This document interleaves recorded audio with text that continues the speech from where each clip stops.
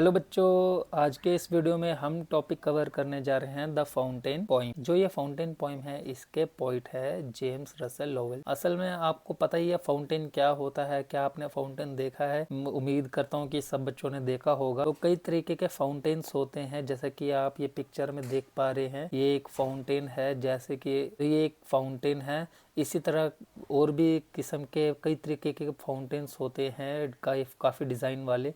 जैसे कि ये देख सकते हो, ये डांसिंग फाउंटेन्स हैं। ये म्यूज़िक चलता है, लाइट्स चेंज होती है, तो जैसे जैसे म्यूज़िक की बीट्स होती है तो उसके हिसाब से ये इसकी जो पानी है ऊपर की तरफ जाता है, और इसका जो मोशन होता है बिल्कुल म्यूज़िक के बीट्स के ऊपर चलता है। तो कुछ आजकल ऐसे भी फाउंटेन्स आए हैं। तो जैसा कि आप देख पा रहे होंगे, कई तरीके के फाउंटेन्स होते हैं। ये देखो कितने डिज़ाइनर फाउंटेन्स हैं, अलग अलग डिज़ाइन के फाउंटेन्स। तो मैं आपको एक शॉर्ट समरी बता देता हूँ कि जो पोइट है वो इस फाउंटेन के बारे में क्या सोचता है और हमें क्या बताना चाहता है। तो बच्चों, इस पोएम में जो पोइट है बेसिकली जो ये फाउंटेन होता है उसके लिए काफ़ी तारीफ में कई सारी बातें बताता है। जैसा कि एग्जाम्पल के तौर पे देखा जाए तो सबसे पहले तो वो बताता है कि जब सनशाइन होता है दिन के टाइम पे तो वो कैसा नज़र आता है। एक लाइट से भरा हुआ, फुल ऑफ लाइट वो नज़र आता है।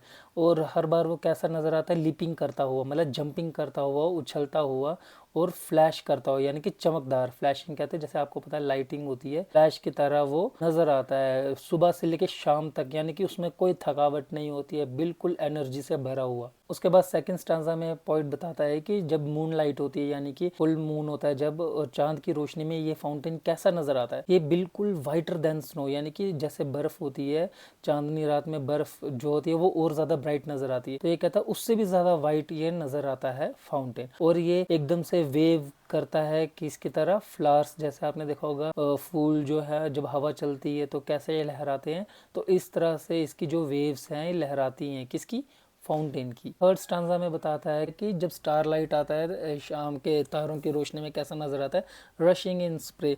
तो रशिंग इन स्प्रे मतलब जो पानी की स्पीड है, यानी रश किसको बोलते हैं, स्पीड को बोलते हैं। तो उसकी जो रफ्तार है, गति, वो इतनी तेज़ी से उछलता है और किसमें वो ऐसे नज़र आता है, स्प्रे जैसे होता है। स्प्रे मैंने जस्ट अभी आपको बताया है कि बूंदों की फुहार जिसको हम बोलते हैं, ड्रॉपलेट्स हवा में, छोटे छोटे वाटर पार्टिकल्स जो होते हैं, और जब एक साथ होते हैं तो वो कैसे नज़र आते हैं, स्प्रे की तरह। आपने देखा होगा आपके घर में अगर कॉलिन वगैरह होगा, या आपने देखा होगा वो जो बार्बर होते हैं वो भी अपनी बॉटल के साथ वो स्प्रे गन से वो हमारे बालों को गीला करते हैं, देखा है ना किस तरह से वो पानी की फुहार निकलती है, उसको हम क्या बोलते हैं, स्प्रे बोलते हैं। कहता है कि ये इतना प्रेशर से निकलता है पानी की, और जो पानी की वाटर ड्रॉपलेट्स है वो किस में कन्वर्ट हो जाते हैं, कुछ बूंदे उसकी स्प्रे में नज़र आए, स्प्रे में कन्वर्ट हो जाती हैं।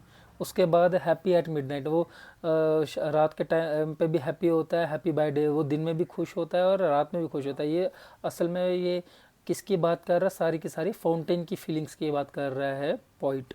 वो बता रहा है कि ये मेन उसका कंसेप्ट यही है बताने का कि जो ये फाउंटेन है ये किसी भी सिचुएशन में कभी सैड नहीं होता, या हर सिचुएशन में हैप्पी होता है। चाहे दिन हो, चाहे रात हो, चाहे सुबह है, चाहे शाम है, यह हर समय क्या रहता है, हैप्पी रहता है। उसके बाद आपका स्टैंजा 4 में भी यही बता रहा है कि हर एक मोशन में वो ब्लिट्सम और चेरी रहता है। इसका ब्लिट्सम का भी मीनिंग जो होता है वो हैप्पी ही होता है, ठीक है, और चेरी का भी जो मीनिंग है वो हैप्पी से रिलेट करता है। तो कह रहा है हर एक मोशन में वो कैसा फील करता है, हैप्पी फील करता है। स्टिल क्लाइंबिंग हेवन वर्ड, और वो किसकी तरफ, उसका जो डायरेक्शन है किसकी तरफ रहती है, ऊपर की तरफ, हेवन की तरफ।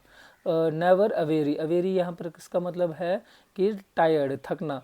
तो कहता है कि वो हमेशा ऊपर की तरफ ही उछलता रहता है, कभी थकता नहीं है। ये किसकी बात कर रहा है, फाउंटेन की बात कर रहा है कि फाउंटेन कभी थकता नहीं है। उसके बाद आपका स्टैंजा 5 में क्या बोलता है, ग्लैड ऑफ ऑल वेदर्स। कहता है कि कोई भी मौसम आएगा ये कभी भी ये सैड नहीं होता है, हर बार खुशी होता है। ग्लैड का मतलब होता है खुश होना। तो हर वेदर से, चाहे सर्दी है, गर्मी है, कुछ भी हो, तो इसको कभी भी फर्क नहीं पड़ता, ये हर मौसम में खुश रहता है। स्टिल स्विमिंग बेस्ट अपवर्ड और डाउनवर्ड मोशन थी रेस्ट। कहता है चाहे वो अपवर्ड जाए या फिर डाउनवर्ड आए पानी, आपको पता है फाउंटेन की कैसे होता है मोशन, कभी ऊपर की तरफ जाता है, कभी नीचे की तरफ जाता है। लेकिन पॉइंट ये बताना चाहता है कि वो कभी भी रेस्ट नहीं करता है और कभी भी वो सैड नहीं होता है। मेन उसका फोकस इसी बात को लेकर है। उसके बाद स्टैंजा नंबर 6 में बोल रहा है फुल ऑफ ए नेचर, मतलब वो नेचर से भरा हुआ, उसका वो कुदरती तौर पे उसका जो फीलिंग है वो हैप्पीनेस पे ही है, वो कुदरती तौर पे है।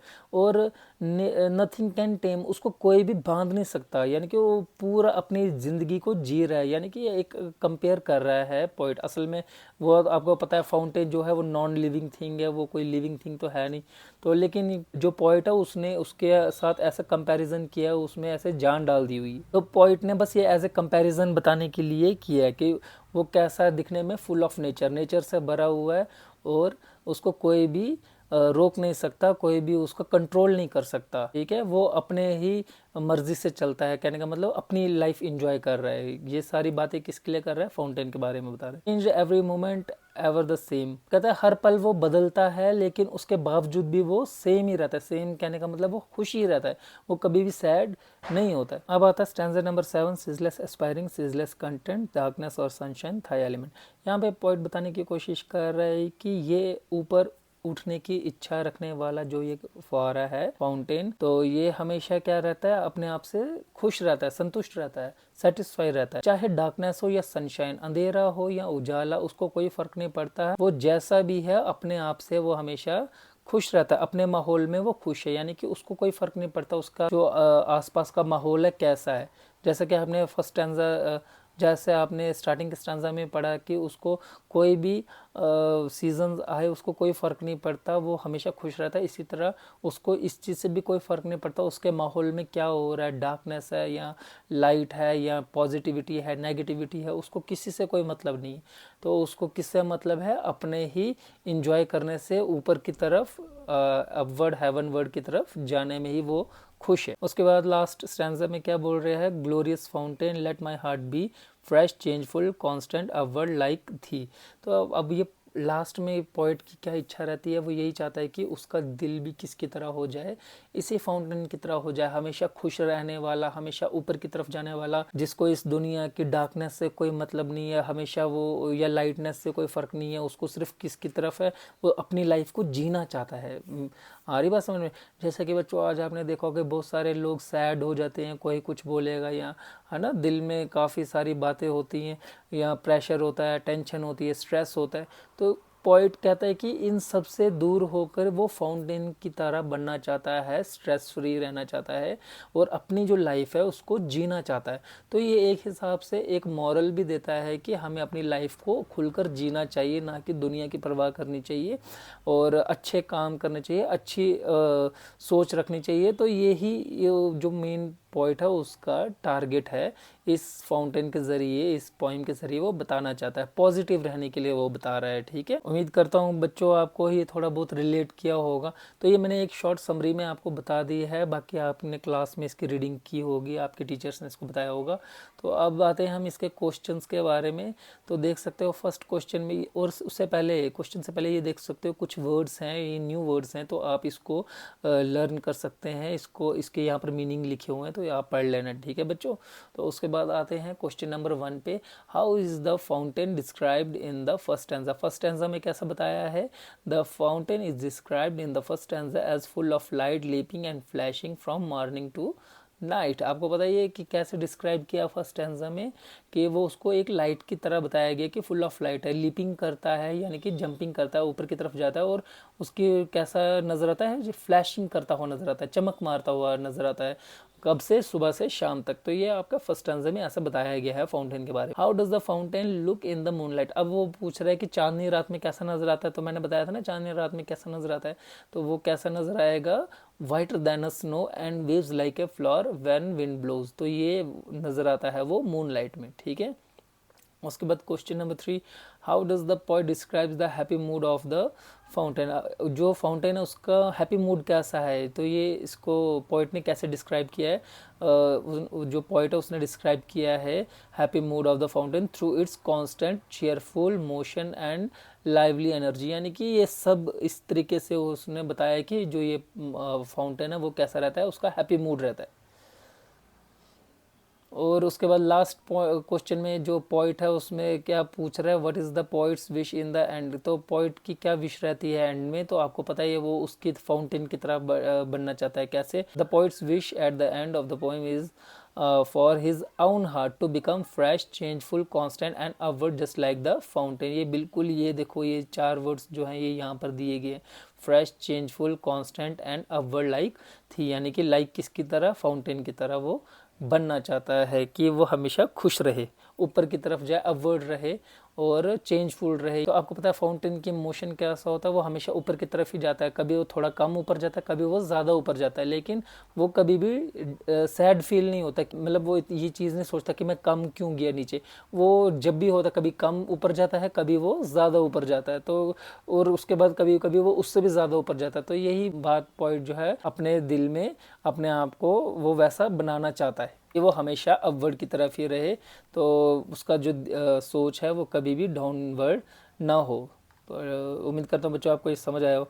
तो ये बेसिकली आप सबकी लाइफ पे भी ये इम्पैक्ट करती है कि आप सबको भी अपनी लाइफ में ऐसा ही बढ़ना है, अपवर्ड की तरफ जाना है, कभी भी सैड वगैरह नहीं होना है। ठीक है बच्चों। तो उसके बाद आता है आपका लैंग्वेज वर्क। तो यहाँ पर एडजेक्टिव्स बोल रहा है, इस पोइम में आपके जो एडजेक्टिव्स यूज हुए हैं तो वो आपको फाइंड आउट करने, तो ये मैंने यहाँ पर नोट डाउन किए हुए हैं, तो आप ये लिख सकते हैं।